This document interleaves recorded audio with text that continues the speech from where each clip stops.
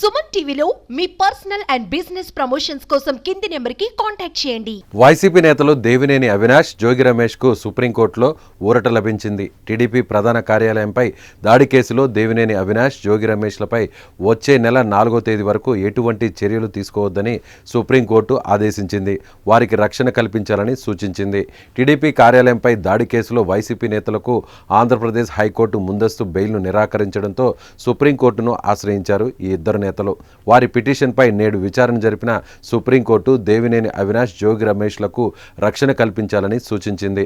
మరోవైపు ఈ కేసు విచారణకు సహకరించాలని వారిని పేర్కొంది. అయితే తమ పాస్పోర్ట్ను హ్యాండ్ ఓవర్ చేయాలని కూడా స్పష్టం చేసింది. ఇక కోర్టులో వైసీపీ నేతల తరపున కపిల్ సిబాల్ సుప్రీంకోర్టులో వాదనలు వినిపించారు. ఏపీ ప్రభుత్వం తరపున ముకుల్ రోహత్గి, సిద్ధార్థ లూత్రా తమ వాదనలను వినిపించారు. ఇరు వాదనలు విన్న న్యాయస్థానం దేవినేని అవినాష్, జోగి రమేష్తో పాటు లేళ్ల అప్పిరెడ్డి, తలసిల రఘురాం, గవాస్కర్లకు మధ్యంతర రక్షణ కల్పించాలని సూచించింది సుప్రీంకోర్టు. కాగా ముందస్తు బెయిల్పై విచారణ వచ్చే నెల 4వ తేదీన చేపడతామని సుప్రీంకోర్టు తెలిపింది.